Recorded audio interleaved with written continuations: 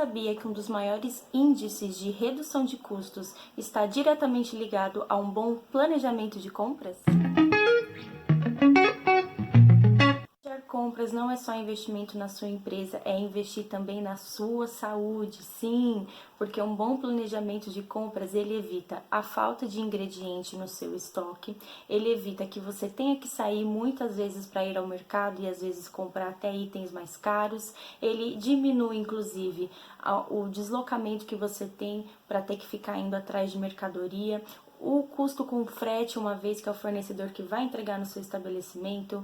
Ele também diminui o atrito até entre colaboradores, porque uma vez que o cliente fez um pedido e não tem esse ingrediente, ele fica aborrecido, ele pressiona o garçom, que o garçom pressiona a cozinha, que a cozinha fica aquela bagunça e tudo isso gera o quê?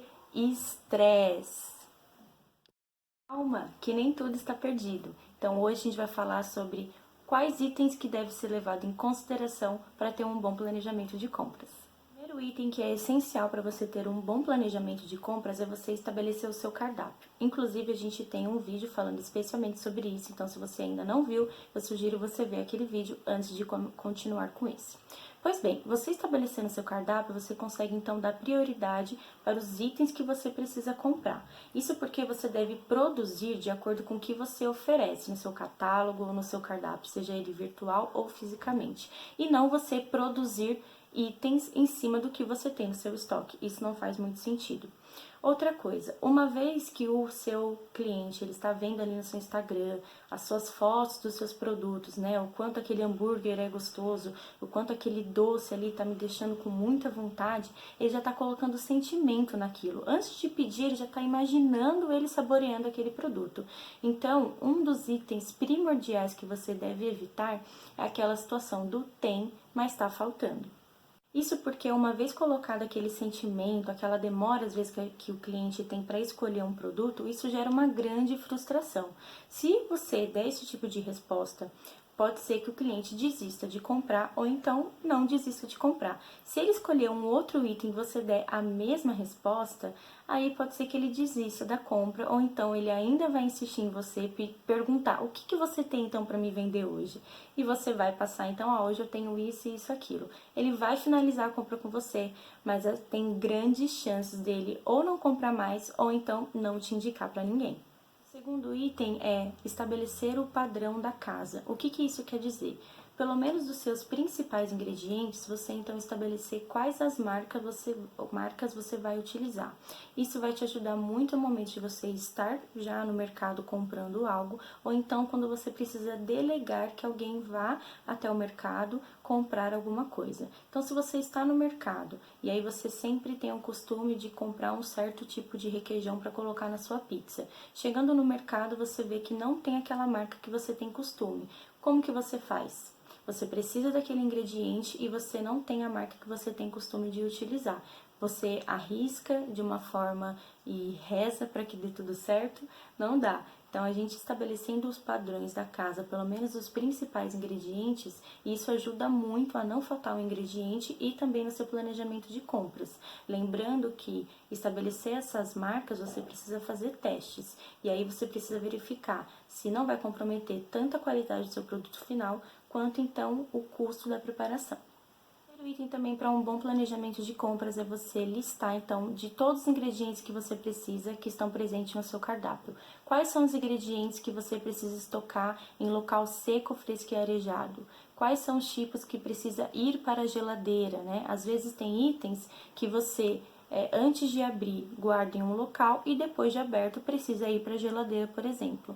Quais são os itens, inclusive, que vai para congelador, né? Então, tudo isso você precisa estabelecer antes de fazer um bom planejamento de compras. E é isso, inclusive, que vai ajudar aí a determinar se você precisa fazer compras semanalmente, mensalmente, quinzenalmente, diariamente.